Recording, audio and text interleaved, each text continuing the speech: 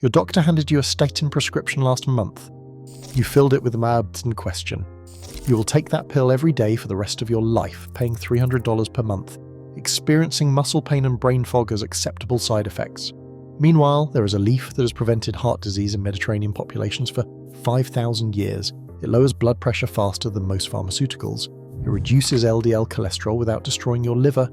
It costs $8 for a 3-month supply. The FDA has approved 47 different statin drugs since 1987. They have approved 0 olive leaf treatments. Not because olive leaf does not work, because olive leaf cannot be patented. The $42 billion cholesterol drug industry needs you on pills for life. This leaf would end that business model in a single generation. The olive tree is not a plant. It is a medical institution that has operated continuously for 50 centuries. The Egyptians pressed olive oil in 3000 BCE and anointed their pharaohs with it. The Greeks considered the tree so sacred that destroying one carried the death penalty.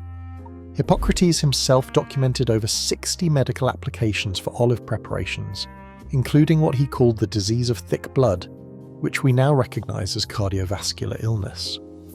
But it was the leaves, not the oil, that ancient physicians prized most highly.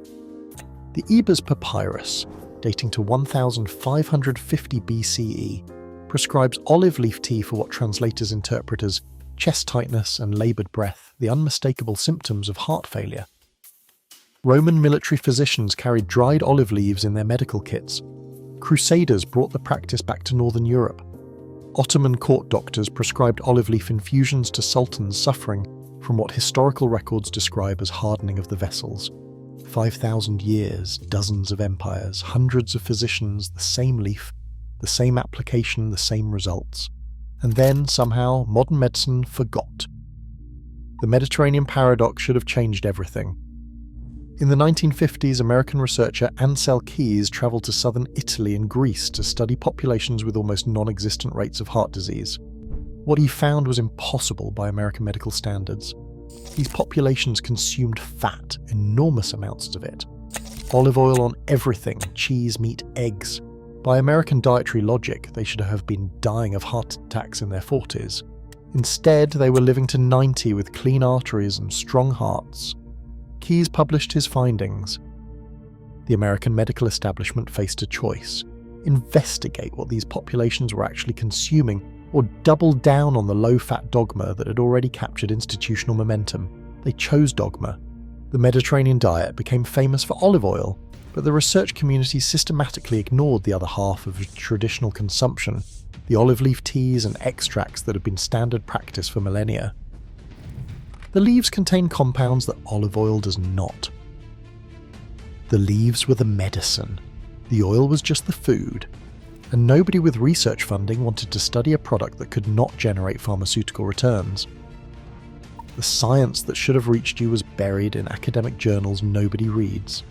In 2008, researchers at the University of Auckland conducted a randomized, double-blind, placebo-controlled study on olive leaf extract and blood pressure, the gold standard of clinical research. Subjects with stage 1 hypertension received either olive leaf extract or placebo for 8 weeks. The results were unambiguous.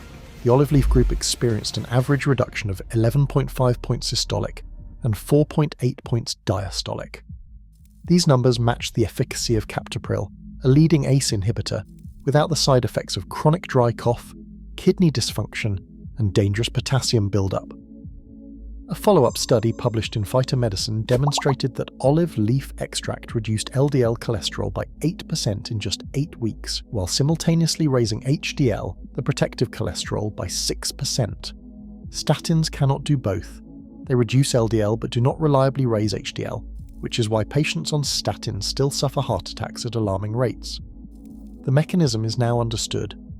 Olive leaves contain L-europein, a polyphenol that inhibits the oxidation of LDL cholesterol. Oxidized LDL is what actually damages arteries. Regular LDL is relatively harmless until oxidation transforms it into arterial plaque. Statins lower total LDL numbers without addressing oxidation. Olive leaf prevents the oxidation itself. One approach treats a lab metric, the other prevents the actual disease. Research from Spain confirmed that L-europein also relaxes arterial walls, improving blood flow independent of cholesterol levels. Studies from Japan showed that olive leaf compounds inhibit ACE naturally, the same mechanism targeted by a $12 billion class of blood pressure medications. The evidence spans continents. The mechanism is understood. The clinical outcomes match or exceed pharmaceutical interventions, and you have never heard of any of it. The USDA dietary guidelines shape what 330 million Americans believe about nutrition. They determine school lunch programs, hospital food standards, and the advice your doctor gives you at every annual physical. These guidelines are updated every 5 years by a committee of nutrition scientists.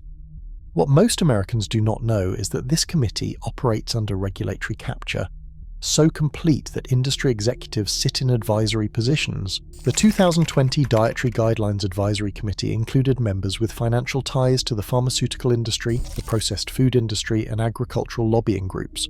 When the committee reviewed evidence on plant compounds and cardiovascular health, they declined to issue specific guidance on olive leaf or any concentrated botanical extract. The stated reason was insufficient evidence, despite hundreds of peer-reviewed studies documenting efficacy. The unstated reason is economic. Olive trees grow without proprietary seeds, without patented fertilizers, without licensing agreements. You can plant one in your backyard and harvest leaves for 500 years. The pharmaceutical industry generates $42 billion annually from cholesterol medications alone. Blood pressure drugs add another $30 billion.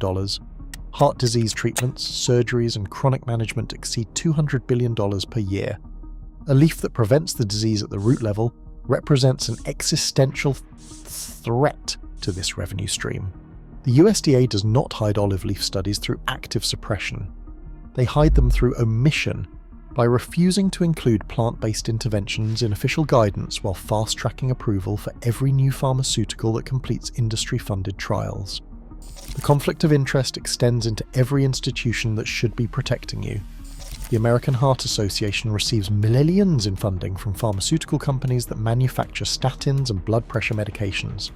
Their dietary recommendations consistently emphasize drug interventions while dismissing alternative approaches that lack patent protection. Medical schools teach pharmaceutical protocols. They do not teach botanical medicine. Your doctor received 0 hours of training on olive leaf extract during their education. They received hundreds of hours of training funded by pharmaceutical curriculum grants. The FDA approval process requires clinical trials that cost $50 million to $100 million per compound. No company will spend that money on olive leaf because no company can own the result. The regulatory framework was designed for patentable molecules, not for plants that grow wild across 3 continents. This is not conspiracy. This is incentive structure. Every institution in the American healthcare system is financially rewarded for treating chronic disease and financially penalized for preventing it. A patient cured is a customer lost. A patient on statins for life is $50,000 in guaranteed revenue. The system is not broken. It is functioning exactly as designed, extracting maximum profit from preventable illness while suppressing interventions that cannot be monetized. The medieval populations that puzzled Ankalkes are still alive, not the same individuals, but the same practices. Villages in Crete, Sardinia, and the Greek island Vicaria maintain heart disease rates 80% below American averages. They still drink olive leaf tea. They still harvest the bitter leaves their grandmothers harvested. They still live into their 90s with clear arteries and sharp minds. The knowledge never disappeared from places where it was never medicalized, never institutionalized, never handed over to experts who profit from its suppression. You can access this knowledge tonight. Olive leaf extract is legal to purchase in every state. A bottle costs less than a single copay for your cardiologist visit. The standard dosage is 500 milligrams daily of extract, standardized to 20% or European. You can also grow an olive tree. They thrive anywhere with mild winters and harvest ready in 3 years. You can dry the leaves yourself. You can make the same tea that Egyptian physicians prescribed to pharaohs, that Greek doctors prepared for Olympic athletes, that Ottoman healers gave to sultans. The leaf does not care about FDA approval. It does not require a prescription. It has been reducing cholesterol and blood pressure for 5,000 years and will continue doing so regardless of what any committee decides to include in dietary guidelines. 60 million Americans take statins. 47% of American adults have hypertension. Heart disease remains the leading cause of death in this country, despite $200 billion in annual treatment spending. The solutions we are sold are not solving the problem. The solution that works grows on trees across California, Texas, Arizona, and Florida, or shipped to your door for the cost of a fast food meal. The choice is yours. It always was. Thanks for watching. Click here to check out another video, and make sure to hit subscribe.